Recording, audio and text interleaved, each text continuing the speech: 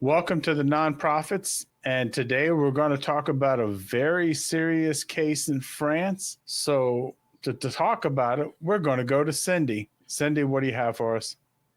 Hey, yeah. So on September 2nd of this year, a historic trial started in Avignon, in France, close to where I grew up. A man called Dominique Piqueux is accused of having sedated his wife in order to have her raped by other men while he was filming and taking pictures. And this happened for over 10 years. Those men were recruited on an adult meeting forum where the situation was clearly advertised. A total of 72 men positively responded to the invitation. 50 of them are facing trial with him right now. Sentencing happens on the 20th of December, so in a week, more or less. Gisèle, the victim, refused to have a closed trial.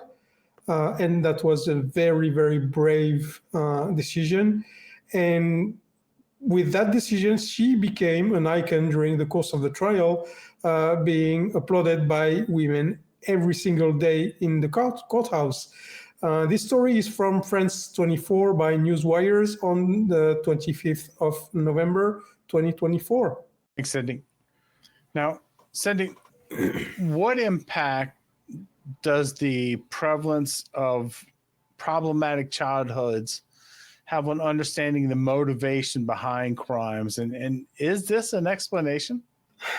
So, yeah, we need to make sure we keep the distinction between explanation and justification, but it can be in some cases. However, there was a very, very and there is still a big debate on this in the French media right now, because the question is, those men are from very diverse backgrounds, very different ages, from 26 to 72, something like that. There are some, there's a fireman, there's a soldier or former soldier, there's some financial people, and so there's a lot of different profiles. And so some people are tend to say that they are representative of the entire French society, but on the other hand, other people say yes, but no, because not all people would act like this in this situation. And so what happened during the childhood of some of them, not all of them, but a small portion of them, can be an explanation to this kind of behavior. We know that from the most recent neuro studies that nature and nurture both have to play a role in becoming those kind of people. You have to have some specific DNA markers or some epigenetic sequences, but you also need to have some triggers in your childhood most of the time. So it's not as simple as some people would like us to believe, but yeah, this trial is very, very, very important in France,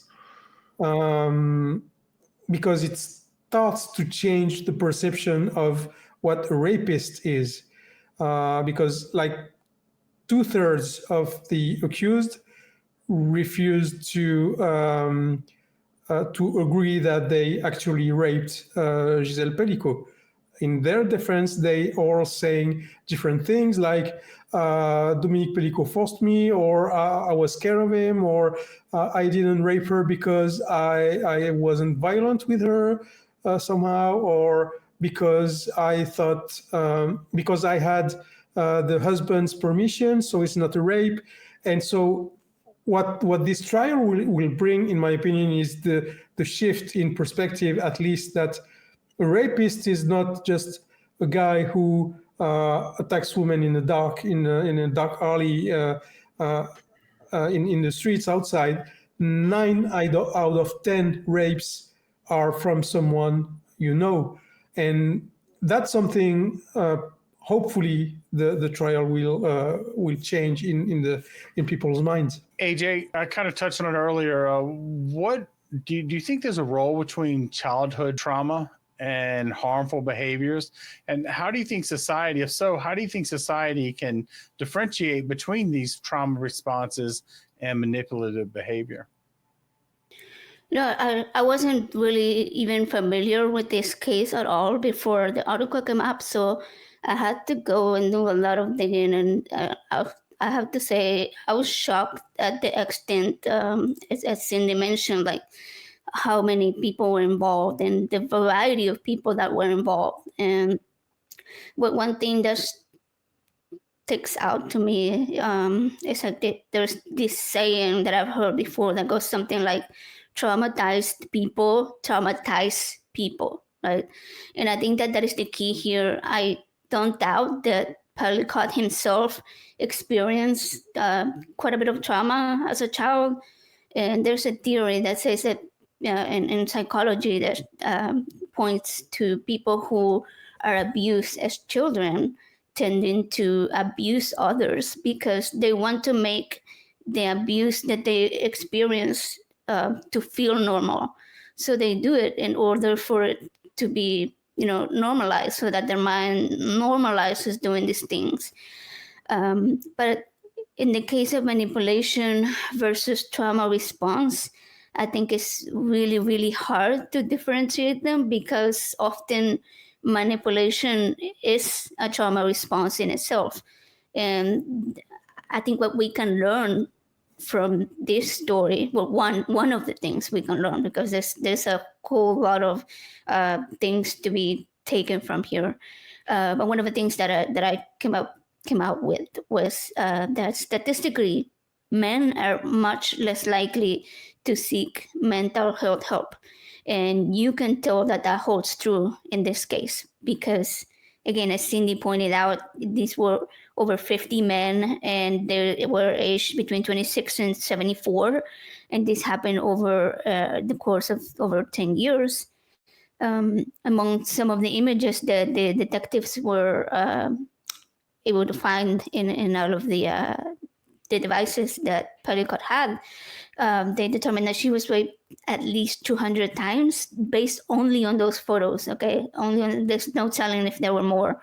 And like before he started taking those images, and half of those were by her own husband. And in the other instances, some of the men came more than one time. It's just the horrifying story. And what we need to normalize here is mental health care for everyone, for any reason, like whether you're a man or a woman. Like we need to stop making it taboo. Like you're not going to be less of a man if you seek therapy. AJ was talking about the sheer extremity of horror of this case. What impact do you think that we can hope this has on public understanding of how far this abuse can go within our societal norms? Do you think this will have an impact with her making this choice to make sure this is public and not doing this in a closed forum? I'm sure it'll have an impact of some form. Hopefully it'll be a positive one. When something like this happens, there's actually jokes about this in war movies and such, where if I go out and kill somebody, I'm a murderer. If I kill 2 people, I'm now a repeat murderer.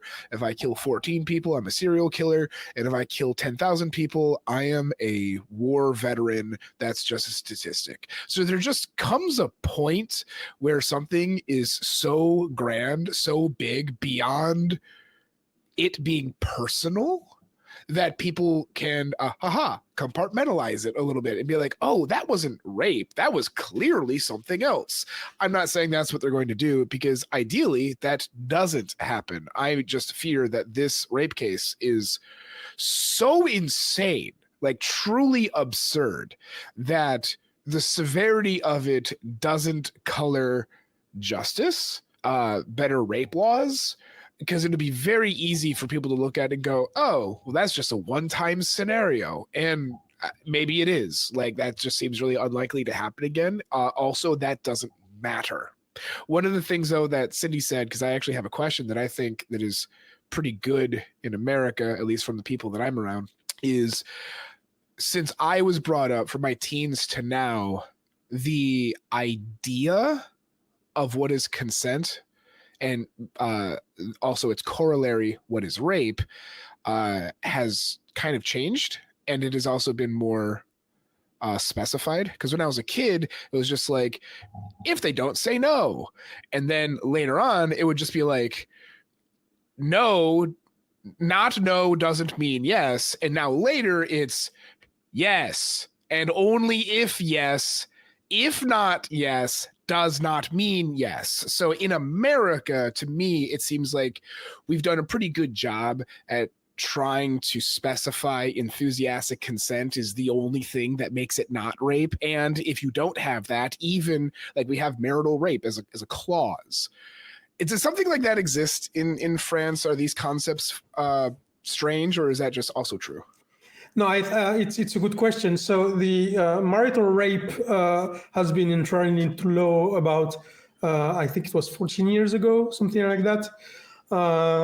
The definition of consent, of not consent, but of rape has been also specified in cases of surprise, stupor, and things like that. But the word consent is not itself in the law. And there is actually a huge debate right now on the question whether the word consent needs to be in the law. Even some feminists say it shouldn't be, and some say it should be. So there's a lot of variation in this topic. But the most important thing is that what we saw here is not just rape, but it's that many men see sex as a form of control. And Dominique Piqueux said it very well when he was questioned on why he did all this, because they've been married for 50 years, and he started doing this only 10 years ago. So they were happily married for decades before he started doing this. And so the question was, why did you start doing this? And he said, I wanted to submit an unsubmitted woman. And so there is this idea of control a woman. And in the questions on the other 50 people, this idea came up quite often as well, is the idea that, because lawyers were asking, but when you came here and you saw this woman who was almost dead, how could you want to have sex with her? And many of them said, well, it was about doing her whatever we wanted. And I think this is another thing that's going to come out from this, is the understanding to many people that sex has to be between two people, two minds. It's not just one man and a body. It's two minds, two active people. It's beyond consent, beyond any definition of rape. It's the concept of sex itself that we're talking about here, in my opinion. And the last question is, while no one says all men are rapists, and on the contrary, a lot of people try to preface the discussion with, no, that's definitely not what we're saying. There's still the question of how come this topic was on this website, this forum, for 10 years and nobody said anything? How come men came here and did that and nobody thought about talking to the police about what was happening for 10 years? Because in the end, Gisèle was very lucky, because Dominique was arrested because he was filming in a grocery store under the skirt of a woman, and that's how he got caught. Because without this, all this would be still happening right now. So this is the questions we need to be asking. How come all this happened for so long and nobody said anything? No man said anything. I know that here in the United States, obviously not in France, we're seeing a push against even teaching consent. We're not even, there are politicians not even wanting to have that conversation, which I find very unhealthy. But AJ, in that mindset of getting away from consent, encouraging submission, because we see that with the whole trad wife and the right wing push here in this country. What do you think all these things, almost a terrible perfect storm, how can we shift societal views towards body autonomy? Because it's not just the words of consent, but as mentioned earlier, it's about two minds, or maybe more than two minds, but minds, not just a mind and a body. In this context, how do we shift into that conversation? There was a quote by one of the prosecutors that stood out to me, and I thought they made a really good point. They say that the trial is shaking up our society, in our relationship with each other, in the most intimate relationships between human beings. French society has to understand our needs, our emotions, our desires, and above all, to take into account those of others.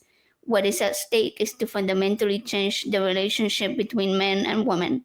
And hearing that quote, I hope that if there's anything that we take away from this story, let it be just that sentiment. The fact that humans need to understand to value other humans' lives as much as they value their own, because that's the only way that we are ever going to be treating others with full respect and allow them to have the body autonomy that every single human being deserves. Like, everybody deserves to be respected if they say no.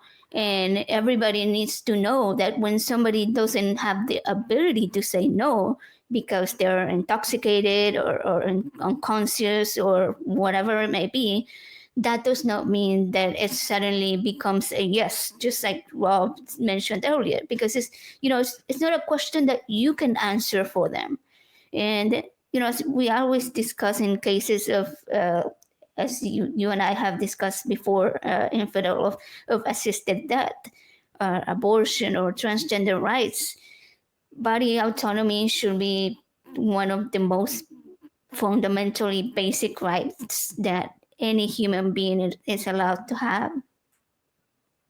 Without a doubt, it's one of those things that if you don't have the right to self-determine you, whether that's consent, whether that's the right not to be, all those rights stem from your own body autonomy. And as you mentioned, Rob, I think you really nailed it with what we consider consent has evolved over time and will continue to evolve.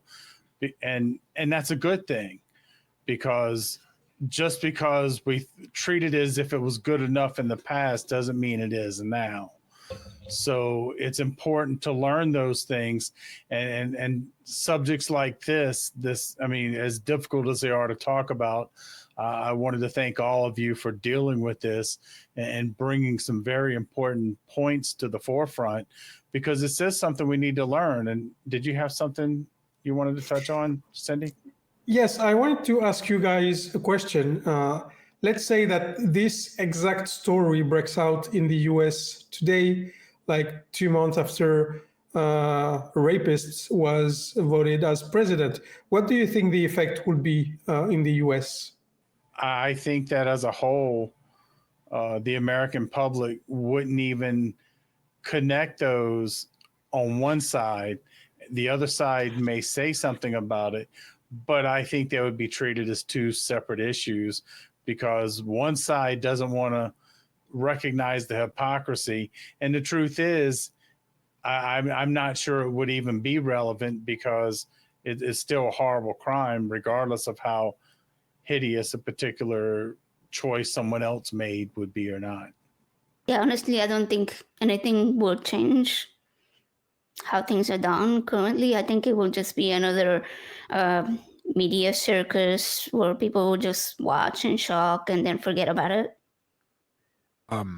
It would depend on the person, just like before with theatrics and popularity. If it was a normal person, that person would be destroyed. But if they're in politics, they will have their allies. They may even get a cabinet post. But and once again, I wanted to thank all of you for this conversation. Hopefully, people's awareness of this type of thing will help cause some serious thoughts and reconsiderations of consent, body autonomy, all those important issues that really need to be discussed on a regular basis and not neglected. But if you haven't had enough, and you shouldn't, and you want to see more nonprofits, click down below.